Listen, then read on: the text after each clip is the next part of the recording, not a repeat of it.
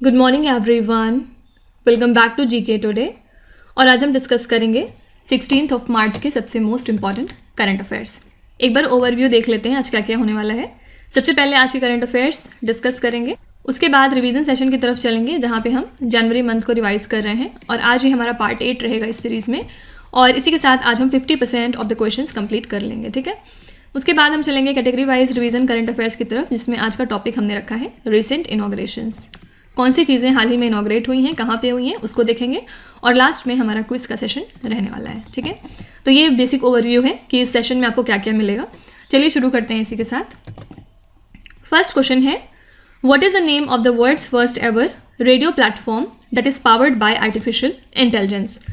तो दुनिया का सबसे पहला जो रेडियो प्लेटफॉर्म है जो कि आर्टिफिशियल इंटेलिजेंस की हेल्प से पावर होता है, आपको बताना है कि उसका नाम क्या है। इसका नाम है रेडियो जीपीटी, ठीक है।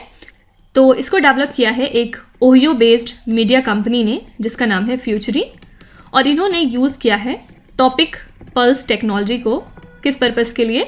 जो लोकल मार्केट ट्रेंड्स हैं उनको डिटेक्ट करने के लिए, साथ ही स्क्रिप्ट को क्रिएट करने के लिए फॉर रेडियो ब्रॉडकास्ट। तो ये जो स्क्रिप्ट हैं ये डिलीवर होती हैं एयर में bye artificial intelligence generated personalities using the GPT-3 technology, like for example chat GPT। और इसके अलावा स्पॉटिफाई जो कंपनी है, इन्होंने भी लॉन्च किया था एक सिमिलर आर्टिफिशियल इंटेलिजेंस फीचर जिसका नाम इन्होंने डीजे रखा था, जिसके थ्रू एक curated selection of music provide होता था with artificial intelligence powered spoken commentary, ठीक है। तो याद रखिएगा, दुनिया का सबसे पहला रेडियो प्लेटफॉर्म जो कि पावर होता है बाय आर्टिफिशियल इंटेलिजेंस, उसका नाम है रेडियो GPT। नेक्स्ट है, which country holds the presidency of the Shanghai cooperation organisation in 2023। कौन सी कंट्री SCO की प्रेसिडेंसी को होल्ड करती है 2023 में, आपको ये बताना है। तो SCO NSA मैकेनिज्म जो कि एक क्रूशल पार्ट है शंघाई कोऑपरेशन ऑर्गेनाइजेशन का, ये हेल्प करता है in the preparation for the upcoming SCO summit. और अब की बार की जो SCO समिट है 2023 में, ये कब होगी? ये मिड 2023 में कंडक्ट की जाएगी under the presidency of India, ठीक है। तो हमारे national security adviser mister Ajit Doval host करेंगे इस मीटिंग को अपने काउंटर पार्ट्स के साथ मिलके फ्रॉम द SCO अलायंस। कब तक? By the end of March 2023। कहाँ पे? इन न्यू दिल्ली, ठीक है। तो याद रखिएगा, इस साल के लिए किस कंट्री ने शंघाई कोऑपरेशन ऑर्गेनाइजेशन की प्रेसिडेंसी होल्ड कर रखी है? ये कंट्री है इंडिया। इसके अलावा इंडिया G20 का भी प्रेसिडेंट है 2023 के लिए। हमने ये प्रेसिडेंसी ली है 1 दिसंबर 2022 से। कब तक? 1 साल तक। और किस कंट्री से हमने ली थी? इसके पहले 2022 में प्रेसिडेंट था इंडोनेशिया, ठीक है। नेक्स्ट है, विच स्टेट और the union territory release the master plan for 2041 to guide the development of city in various areas. कौन सा स्टेट या फिर यूनियन टेरिटरी है जिसने एक मास्टर प्लान रिलीज किया है 2041 के लिए, ताकि जो सिटीज़ हैं उनका डेवलपमेंट हो सके डिफरेंट एरियाज़ में। तो ये रिलीज़ किया है दिल्ली की डेवलपमेंट अथॉरिटी ने, और इसका एम है जो सिटी का डेवलपमेंट है उसको गाइड किया जा सके डिफरेंट एरियाज़ में। इस प्लान में फोकस किया जाएगा कि इन्वायरमेंटली सस्टेनेबल डेवलपमेंट हम अचीव कर सकें और साथ ही good quality of life provide कर सकें रेसिडेंट्स को, साथ ही जो हमारे क्लाइमेट चेंज के इश्यूज़ हैं उनको हम एड्रेस कर सकें और डायनेमिक इन्वायरमेंट क्रिएट कर सकें for economic, creative and cultural growth, ठीक है।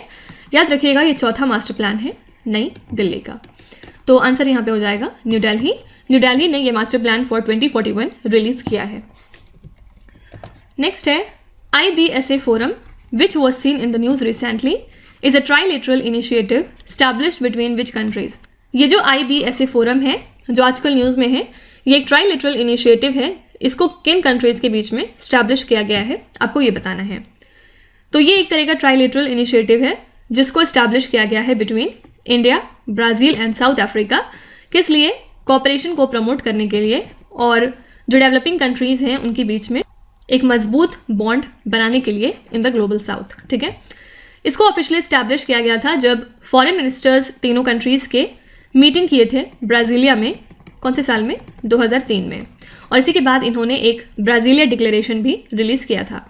इसका पर्पज़ है सोसाइटी के जो टेंशन्स हैं उनको एड्रेस करना, साथ ही एक मल्टीलेटरल अप्रोच को प्रमोट करना टू द डिजिटल गवर्नेंस। ठीक है, याद रखिएगा इस फोरम में कौन सी 3 कंट्रीज आती हैं, India, Brazil and south Africa. Next है द परिनिर्वाणा स्तूपा और Mahaparinirvana temple is located in which Indian state और द यूनियन टेरिटरी। तो ये जो स्तूपा या टेम्पल है ये लाई करता है कुशीनगर में। कुशीनगर कहाँ है, उत्तर प्रदेश में। ये बेसिकली एक मेजर बुद्धिस्ट टेम्पल है जहाँ पे माना जाता है कि गौतम बुद्धा की डेथ हुई थी। ठीक है, और ये जो टेम्पल है इसको बनाया था इंडियन गवर्नमेंट ने कब, 1956 में। ये जो प्रेजेंट टेम्पल है उसकी बात हो रही है।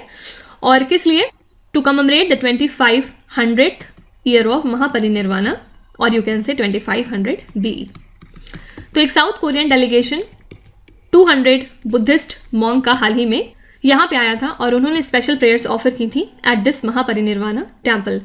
तो ये जो पिलग्रिमेज है इसने 50 साल मार्क किए हैं डिप्लोमेटिक टाइज के between India and south Korea. ठीक है, तो याद रखिएगा महापरिनिर्वाणा टेम्पल कहाँ पे लाई करता है, ये है उत्तर प्रदेश में।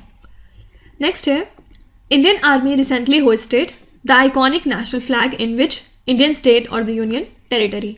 इंडियन आर्मी ने हाल ही में कौन से स्टेट या फिर यूनियन टेरिटरी में एक आइकॉनिक नेशनल फ्लैग को फहराया है। तो हाल ही में इंडियन आर्मी ने कोलैबोरेट किया लोकल अथॉरिटीज़ के साथ जम्मू एंड कश्मीर के, और यहाँ पे इन्होंने एक आइकॉनिक नेशनल फ्लैग होस्ट किया जो कि टालेस्ट नेशनल फ्लैग है, और कहाँ पे किया है, in the Doda district of Jammu and Kashmir. ठीक है, इसको बेसिकली इन्होंने होस्ट किया है ऑन अ 100 फीट हाई पोल। और डोडा डिस्ट्रिक्ट जो किसी टाइम पे टेररिज्म का हॉटबेड माना जाता था, यहाँ पे अब पॉजिटिव शिफ्ट देखा गया है रिसेंट ईयर्स में, और जो यहाँ के लोकल्स हैं वो अथॉरिटीज़ के साथ मिलके काम करते हैं वहाँ पे पीस और डेवलपमेंट को प्रमोट करने के लिए। ठीक है, तो याद रखिएगा ये कहाँ पे होस्ट किया गया है, जम्मू एंड कश्मीर के डोडा डिस्ट्रिक्ट में।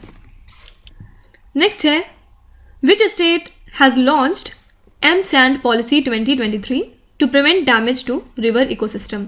कौन सा स्टेट है जिसने एम सैंड पॉलिसी 2023 को लॉन्च किया है, जो इकोसिस्टम है रिवर्स की उनके डैमेज को प्रिवेंट करने के लिए। तो इस पॉलिसी को लॉन्च किया है गवर्नमेंट ऑफ तमिलनाडु ने, और किस लिए, जो रिवर इकोसिस्टम्स हैं उनके डैमेज को प्रिवेंट करने के लिए, साथ ही ज़ीरो वेस्ट क्वायरिंग को इंश्योर करने के लिए स्टेट में। ठीक है, इस पॉलिसी का एम क्या है, to promote the use of M sand या फिर आप क्रश्ड सैंड मैन्युफैक्चरिंग यूनिट कह सकते हैं in compliance with the relevant rules and regulations, ताकि इस सेक्टर को फॉर्मलाइज किया जा सके। ठीक है, तो याद रखिएगा एम सैंड पॉलिसी किसकी है, तमिलनाडु स्टेट गवर्नमेंट की। अच्छा, इसके अलावा आजकल आपने सुना होगा कि महाकाली रिवर काफ़ी ज़्यादा न्यूज़ में है। क्या आप बता सकते हैं कि महाकाली रिवर कौन से स्टेट से ओरिजिनेट होती है?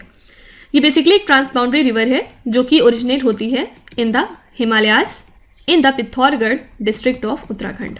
ठीक है, और फिर ये बाद में फ्लो होती है along the Nepals western border with India, और इसको हम काली रिवर के नाम से भी जानते हैं या फिर आप इसको शारदा रिवर भी कहते हैं। ठीक है, तो उत्तराखंड के चीफ मिनिस्टर ने हाल ही में यहाँ पे इनॉग्रेट किया है एक 11 kilometre long stretch of Mahakali river, किस लिए, राफ्टिंग के लिए। ठीक है, और इसके हेल्प से यहाँ पे इस एडवेंचर स्पोर्ट्स को प्रमोट किया जाएगा, साथ ही टूरिज्म को भी बढ़ावा मिलेगा। तो स्टेट गवर्नमेंट करेंटली प्लान कर रही है कि वो यहाँ पे एक नेशनल राफ्टिंग कंपटीशन भी कंडक्ट करेंगे इन दिस महाकाली रिवर। तो महाकाली रिवर काफ़ी ज़्यादा आजकल न्यूज़ में है, तो सिंपली आपसे इसका सोर्स ऑफ ओरिजिन पूछ सकते हैं। याद रखिएगा ये कहाँ से ओरिजिनेट होती है, उत्तराखंड स्टेट से। नेक्स्ट है Kinzhals are the nuclear capable hypersonic ballistic missile made in which country. आपको बताना है कि जो किंजल एक nuclear capable hypersonic ballistic missile है ये कौन सी कंट्री बनाती है। तो Kinzhals Russian made nuclear capable hypersonic air launch ballistic missile है, और ये अपने साथ न्यूक्लियर वॉरहेड कैरी कर सकते हैं या फिर कन्वेंशनल वॉरहेड भी कैरी कर सकते हैं। इस मिसाइल को लॉन्च किया गया था आइदर फ्रॉम MiG-31 के इंटरसेप्टर और Tu-22M3 बॉम्बर। ठीक है, इसको अनवील किया गया 2018 में, और रशिया ने हाल ही में 6 किंजल्स को लॉन्च किया है, और यूक्रेनियन फोर्सेस जो थी वो टोटली फेल हो गई इनको इंटरसेप्ट और डिस्ट्रॉय करने में। तो ये पार्ट है इनके लार्जेस्ट एरियल स्ट्राइक का अगेंस्ट यूक्रेन, और इस मिसाइल को पहली बार रशिया ने यूज़ किया था अगेंस्ट यूक्रेन इन 2022। ठीक है, तो सबसे पहले आप याद रखिएगा किंजल एक तरह की बैलिस्टिक मिसाइल है। कई बार क्वेश्चन में सिर्फ आपसे यही पूछ लेंगे किस टाइप की मिसाइल है ये, इंटरकॉन्टिनेंटल, बैलिस्टिक एक्सेट्रा, और कौन सी कंट्री का है ये, तो ये रशिया का है। अच्छा, क्या आप बता सकते हैं कि नूरी रॉकेट कौन सी कंट्री की है? सब लोग अपने जवाब कमेंट्स में मेंशन करेंगे। नेक्स्ट है, who is the first women officer to take charge of an independent field workshop in Ladakh near China border? कौन सी पहली वुमेन ऑफिसर हैं जिन्होंने एक इंडिपेंडेंट फील्ड वर्कशॉप का चार्ज ले लिया है लद्दाख में, जो कि चाइना बॉर्डर के बहुत पास है? तो पहली बार ऐसा हो रहा है कि एक वुमेन ऑफिसर जिनका नाम है colonel Geeta Rana from the corps of electronics and mechanical engineer, इन्होंने चार्ज लिया है इंडिपेंडेंट फील्ड वर्कशॉप का एक सेंसिटिव लोकेशन में in the eastern Ladakh region. और इसी के साथ ये पहली वुमेन बन गई हैं जिन्होंने एक आर्मी यूनिट को लीड किया नियर चाइना बॉर्डर। और हम जानते हैं कि फरवरी मंथ में इंडियन आर्मी ने डिसाइड किया था कि वो अब वुमेन ऑफिसर्स को असाइन करेंगे कमांडिंग रोल्स भी मेडिकल स्ट्रीम के साथ साथ, ठीक है। तो याद रखिएगा, कर्नल गीता राणा पहली वुमेन ऑफिसर हैं जिन्होंने एक इंडिपेंडेंट फील्ड वर्कशॉप का चार्ज अपने जिम्मे लिया है इन लद्दाख नियर चाइना बॉर्डर। अच्छा, हमने कुछ दिनों पहले ग्रुप कैप्टन शैलिजा धामी के बारे में भी पढ़ा था। ये पहली वुमेन है जिन्होंने कमांड किया frontline Indian air force combat unit को, ठीक है। तो आपको याद रखना है कि ग्रुप कैप्टन शालिजा धामी को सेलेक्ट किया गया to take over the command of frontline combat unit in the western sector. ये क्वेश्चन डेफिनेटली एग्जाम में आ सकता है। नेक्स्ट है, the CISF raising day event 2023 was held in which Indian state first time outside the national capital? तो जो CISF का raising day event है 2023 में, ये कौन से स्टेट में हाल ही में कंडक्ट हुआ है और ये पहली बार है जब ये नेशनल कैपिटल के बाहर कहीं पे हुआ है। तो CISF का रेजिंग डे सेलिब्रेट होता है annually on 10th of March। किस लिए? जो CISF के कंट्रीब्यूशन और अचीवमेंट हैं उनको रिकॉग्नाइज करने के लिए, ठीक है। CISF का फुल फॉर्म क्या होता है? सेंट्रल इंडस्ट्रियल सिक्योरिटी फोर्स, और इसको इस्टेब्लिश किया गया था 1969 में विथ 3 बटालियंस और इसमें 2800 पर्सनल मौजूद थे, ठीक है। और CISF जो है ये बाद में one of the largest security forces India का बन गया, जिसमें 1,65,000 पर्सनल मौजूद हो गए। और 2023 का जो CISF रेजिंग डे इवेंट है ये हुआ है हैदराबाद में, ठीक है। और ये पहली बार है जब इसको कंडक्ट किया गया है आउटसाइड द नेशनल कैपिटल। यहाँ पे आंसर हो जाएगा तेलंगाना स्टेट। नेक्स्ट है, MIDH scheme is associated with which particular field? आपको बताना है कि ये स्कीम किस फील्ड से एसोसिएटेड है। सबसे पहले इसका फुल फॉर्म क्या होता है? Mission for integrated development of horticulture. और ये एक सेंट्रली स्पॉन्सर्ड स्कीम है जिसका एम है हॉर्टिकल्चर सेक्टर में कॉम्प्रिहेंसिव डेवलपमेंट को प्रमोट करना, ठीक है। तो इस स्कीम में जो सेंट्रल गवर्नमेंट है उसका कंट्रीब्यूशन रहता है 60% of the total outlay development programmes के लिए। और इसमें जो है नॉर्थ ईस्ट और जो हिमालयाज हैं वो एक्सक्लूडेड होते हैं, ठीक है, क्योंकि यहाँ पे जो सेंट्रल गवर्नमेंट का शेयर है वो 90% होता है। तो अब तक 49 सेंटर्स ऑफ एक्सेलेंस को स्टैब्लिश किया गया है इस मिशन के अंदर में डिफरेंट स्टेट्स में वाया बायलेटरल कॉपरेशन और रिसर्च इंस्टीट्यूट, ठीक है। तो याद रखिएगा ये स्कीम किस फील्ड से एसोसिएटेड है, आंसर हो जाएगा हॉर्टिकल्चर। फुल फॉर्म क्या बताया इसका? The mission for integrated development of horticulture. Last question है, union ministry of defence has entered a contract with which institution for the purchase of 6 Dornier 228 aircraft? Defence ministry ने किस institute के साथ एक contract किया है जिसमें डिसाइड हुआ है कि 6 तरह की डॉर्नियर 228 एयरक्राफ्ट को परचेज किया जाएगा? तो हमारी डिफेंस मिनिस्ट्री ने ये कॉन्ट्रैक्ट साइन किया है with Hindustan aeronautics limited for the purchase of 6 Dornier 228 aircraft, ठीक है। और इनको प्रोक्योर किया गया है at the cost of 667 crore rupees. ये जो प्रोक्योरमेंट है इसके थ्रू जो ऑपरेशनल कैपेबिलिटी है इंडियन एयरफोर्स की रिमोट एरियाज़ में वो बूस्ट होगी। साथ ही जो डॉर्नियर 228 एयरक्राफ्ट है इसको यूज़ करेगा इंडियन एयरफोर्स कम्युनिकेशन और ट्रांसपोर्ट के पर्पजेस के लिए, ठीक है। तो याद रखिएगा इसके लिए डिफेंस मिनिस्ट्री ने हिंदुस्तान एरोनॉटिक्स लिमिटेड के साथ ये कॉन्ट्रैक्ट साइन किया है जिसमें डिसाइड हुआ है कि 6 डॉर्नियर 228 एयरक्राफ्ट को परचेज किया जाएगा। तो इसी के साथ हमने आज के सभी करंट अफेयर्स को कवर कर लिया है और अब हम चलेंगे हमारे रिवीजन सेशन की तरफ जिसमें हम जनवरी मंथ के करंट अफेयर्स को रिवाइज करेंगे। और ये आज ये पार्ट 8 रहेगा इस सीरीज में, जिसमें आज हम देखने वाले हैं क्वेश्चन नंबर 106 से लेके क्वेश्चन नंबर 120 तक, ठीक है। फर्स्ट है, what is the name of the short range ballistic missile which was recently test launched by India? तो इंडिया ने जो एक शॉर्ट रेंज बैलिस्टिक मिसाइल हाल ही में टेस्ट किया है, आपको बताना है उसका नाम क्या है। DRDO ने कैरी आउट किया है training launch of a short range ballistic missile जिसका नाम है पृथ्वी 2। कहाँ से? From integrated test range Chandipur off the Odisha coast, ठीक है। इसकी रेंज कितनी है? लगभग 350 किलोमीटर्स।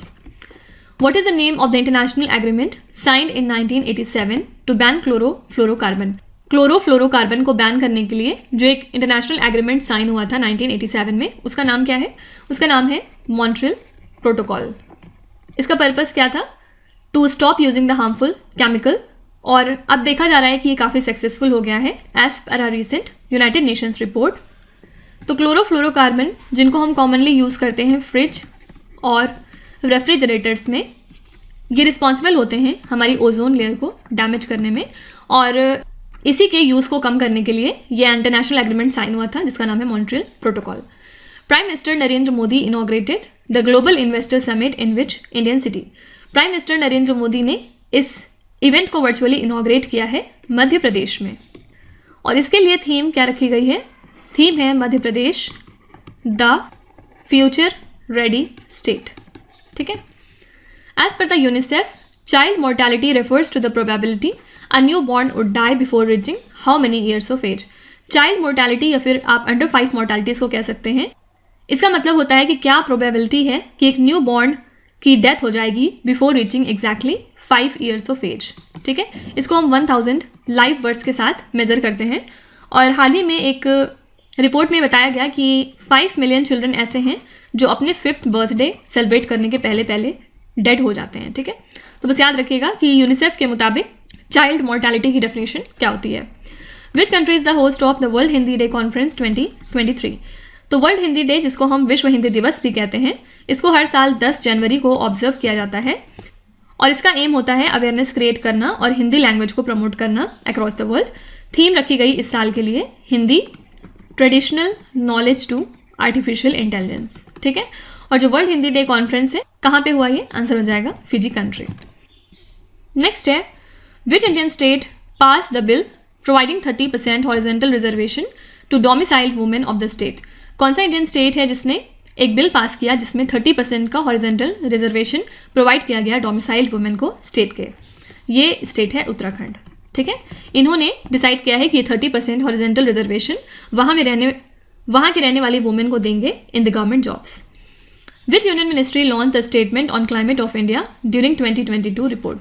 ये रिपोर्ट जारी करी मिनिस्ट्री ऑफ अर्थ साइंसेज ने। Road transport and highways ministry observes the road safety week in which month?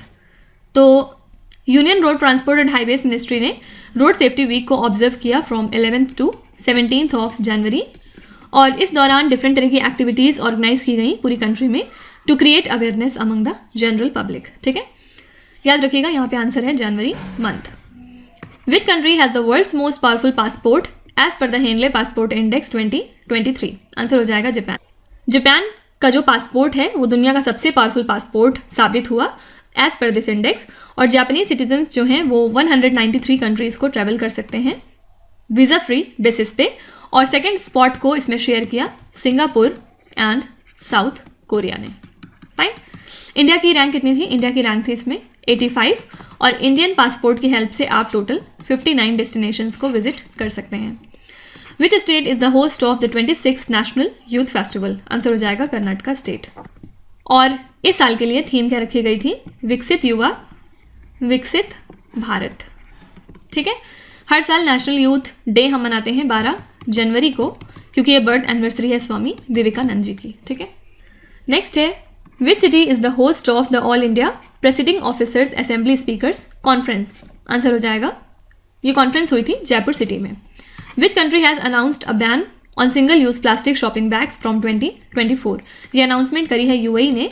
UAE ने अनाउंस किया कि जो single use plastic shopping bags हैं उनके ऊपर बैन लगेगा 2024 से, और इस लॉ में प्रोहिबिट किया जाएगा कि किसी भी तरह का इंपोर्ट, प्रोडक्शन और सर्कुलेशन नहीं होगा ऐसे बैग्स का from 1 January 2024। Duare Sarkar scheme is a flagship initiative of which Indian state? ये स्कीम है वेस्ट बंगाल स्टेट गवर्नमेंट की, और किस वजह से न्यूज़ में थी? President of India Droupadi Murmu ने हाल ही में प्रेजेंट किए 7th edition of digital India awards 2022, और इसमें जो है जो वेस्ट बंगाल का द्वारी सरकार स्कीम था, इसने प्लैटिनम अवार्ड जीता है, और इसका काम क्या है? सर्विसेज प्रोवाइड करना at the door step of the citizens. Doctor Shyam Prasad Mukherjee national institute of water and sanitation has inaugurated in which Indian city? Answer हो जाएगा कोलकाता। इसको इनॉग्रेट किया गया है जोका में इन कोलकाता और इसको सेटअप किया गया है at a cost of 100 crore rupees. ReNew Power installed India's first 3 times platform wind turbine generator in which Indian state. ReNew Power ने इसको इंस्टॉल किया है in Gadag in the state of Karnataka. ठीक है, इस प्रोजेक्ट की हेल्प से लगभग 1 मिलियन घरों को पावर दी जाएगी एनुअल बेसिस पे। ठीक है, तो ये थे हमारे अगले 15 क्वेश्चन जनवरी मंथ के, और कल हम यहीं से कंटिन्यू करेंगे, मीन्स क्वेश्चन नंबर 121 से 135 तक। और आज हमने 50% अपना रिवीजन करंट अफेयर कंप्लीट कर लिया है, और जो रेस्ट क्वेश्चन बच गए हैं उनको हम लेटर ऑन अगले 8 सेशन में कंप्लीट कर लेंगे। ठीक है, चलिए अब हम अपने कैटेगरी वाइज करंट अफेयर्स की तरफ चलते हैं, जिसमें आज का टॉपिक है रिसेंट इनॉग्रेशंस। डिफरेंट तरह के इनॉग्रेशंस देखेंगे जो हाल फिलहाल हुए हैं। फर्स्ट क्वेश्चन है, विच neighbouring country of India has recently inaugurated its first ever metro rail line. कौन सी नेबरिंग कंट्री है इंडिया की जिसने अपना पहला मेट्रो रेल लाइन हाल ही में इनॉग्रेट कर लिया है? ये है Bangladesh country. Union minister Anurag Singh Thakur inaugurated the sports science centre in which Indian city. इन्होंने एक स्पोर्ट्स साइंस सेंटर हाल ही में इनॉग्रेट किया उदुपी में। उदुपी कहाँ है? कर्नाटका स्टेट में। Which country inaugurated its first liquefied natural gas terminal. तो जर्मनी ने अपना पहला लिक्विफाइड नेचुरल गैस टर्मिनल हाल ही में इनॉग्रेट किया है। ICMR national animal resource facility for biomedical research has been inaugurated in which Indian city. ये इनॉग्रेट हुआ है हैदराबाद में। Prime minister Narendra Modi inaugurated the all India institute of Ayurveda in which Indian state. ये इंस्टीट्यूट हाल ही में इनॉग्रेट हुआ है गोवा स्टेट में। India's first gold ATM has been inaugurated in which Indian city. India का पहला गोल्ड ATM इनॉग्रेट हो गया है हैदराबाद में। The regional research institute of Unani medicine the first in north east is inaugurated in which Indian state. तो जो regional research institute है यूनानी मेडिसिन का, जो कि पहला है नॉर्थ ईस्ट में, ये इनॉग्रेट हुआ है असम स्टेट में। Kameng hydro power station which was inaugurated recently is located in which Indian state और the union territory. Kameng hydro power station inaugurate हुआ है अरुणाचल प्रदेश में, और अरुणाचल प्रदेश में कुछ दिनों पहले एक एयरपोर्ट भी इनॉग्रेट हुआ है जिसका नाम है डोनिये पोलो एयरपोर्ट। ठीक है, तो इसी के साथ हमने अपना रिसेंट इनॉग्रेशंस भी कंप्लीट कर लिया, और कल का टॉपिक हम रख रहे हैं स्पोर्ट्स रिलेटेड करंट अफेयर्स। ठीक है, जनवरी मंथ में जो भी इंपॉर्टेंट स्पोर्ट्स हुए हैं या जो एग्जाम में पूछे जा सकते हैं उनको एक बार रिवाइज करेंगे। चलिए आपकी क्विज की तरफ चलते हैं। ये 5 क्वेश्चंस हैं जिनको आपको ध्यान से पढ़ना है, और इसका जवाब आपको कमेंट्स में लिखना है। तो यहाँ पे वीडियो को पॉज करिए, एक एक करके ध्यान से क्वेश्चन को पढ़िए।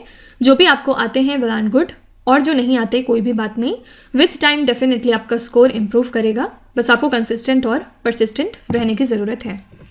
So that's it for today. I hope you have like the session. आज का सेशन आपको कैसा लगा ज़रूर बताइएगा कमेंट्स में।